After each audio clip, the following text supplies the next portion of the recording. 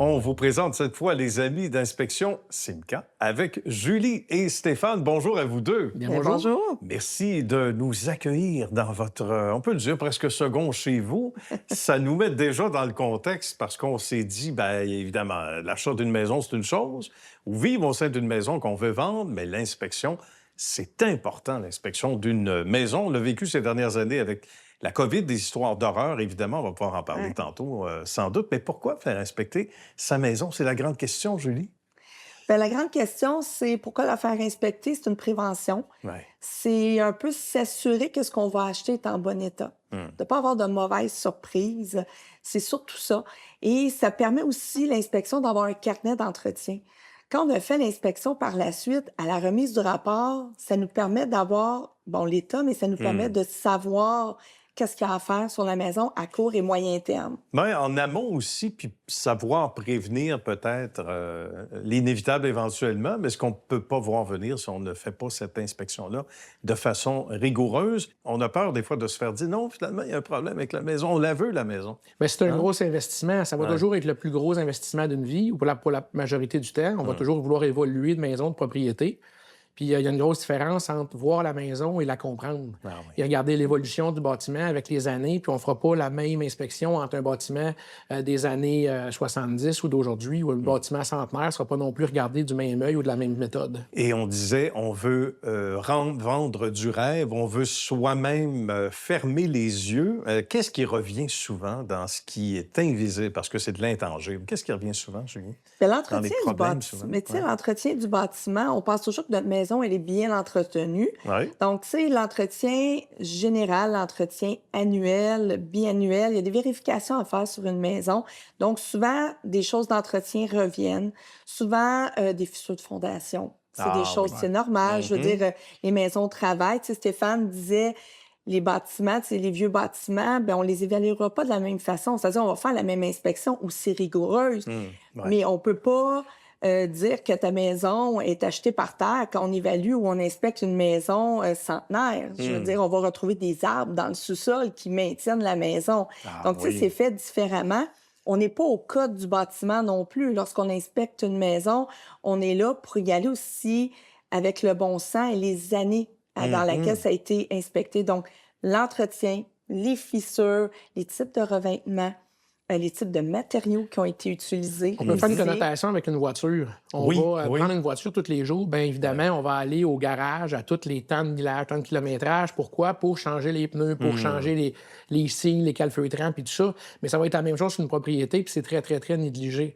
On va changer les pneus sur une voiture à tous les temps de kilomètres, mais il ne faut pas oublier qu'une maison, ça reste debout et ça supporte le poids de la propriété Ben voilà. en tout temps. Donc, il faut regarder la propriété puis faire le tour. Fait qu'il y a autant l'inspection pré-achat, donc parce qu'on va acheter la propriété, mais il y a autant l'inspection de la mise à niveau de la propriété. Ben voilà, Ouais. oui. Parce que justement, tu amènes un bon point, Stéphane. Si on veut, à l'inverse, vendre notre propriété, pourquoi ne pas y aller en amont? Ça, on Exactement. vous appelle des fois pour ça? Exactement, fréquemment. En disant, regarde, je veux que vous veniez inspecter ma maison, je veux savoir s'il y a des choses à faire arranger, si mon prix a du bon sens ou pas. Exactement. C'est une inspection soit de mise à niveau ou de pré-vente. OK. On fait beaucoup de pré-vente. Quelqu'un qui veut vendre une propriété, Ouais. mais qui ne veut pas donner de surprise. Ou Ouais. quelqu'un qui n'a pas nécessairement habité la propriété. Quelqu'un qui veut vendre pour une succession, quoi que ce soit, mais qui n'a pas nécessairement l'état de la propriété. Donc, on fait l'inspection complète. Et c'est une inspection qui va expliquer le bâtiment un peu différemment que si on faisait une inspection de pré-achat. Parce qu'on va expliquer qu'est-ce qu'il y a à faire, qu'il y a-t-il des dommages, pas de dommages, et qu'est-ce qu'il y a à voir dans les prochaines années. Mais on va aussi regarder d'un œil un peu différent. Donc, si on voulait tout simplement garder la propriété, qu'est-ce qu'on aurait à faire dessus? La différence avec une propriété qu'on va vendre, c'est un peu différent là, comme Oui, vision. oui.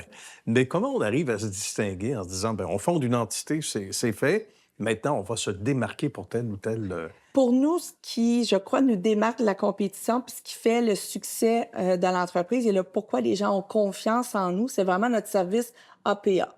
Donc, on travaille sur le service avant, pendant et après la vente. Au début, on a des adjointes. On est 7 jours sur 7. On est de soir, de week-end pour prendre les appels. On est là pour expliquer comment ça va se dérouler, c'est quoi les coûts, les démarches qui vont être entreprises, et ça jusqu'au jour de l'inspection. Bon, naturellement, les inspecteurs arrivent sur les lieux.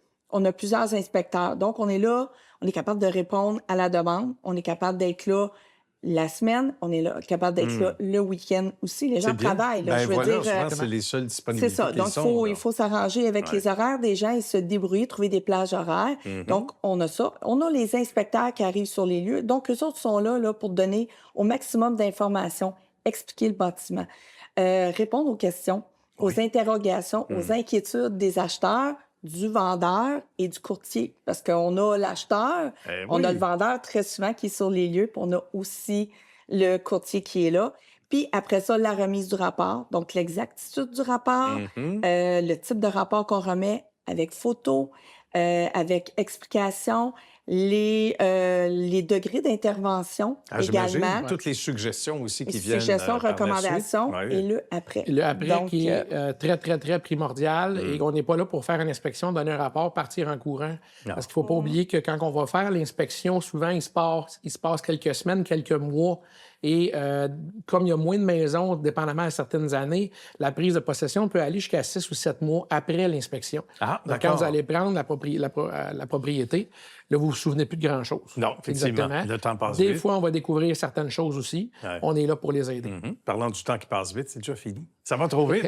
Merci à vous deux, Julie, Stéphane, ça a été un bonheur. Vous avez choisi la bonne Réciproque. niche. Ça paraît tout de suite, du premier regard, le bon domaine. Merci à vous. On invite les gens à communiquer avec vous deux et avec l'équipe. Avec plaisir. avec À la plaisir. prochaine. Merci.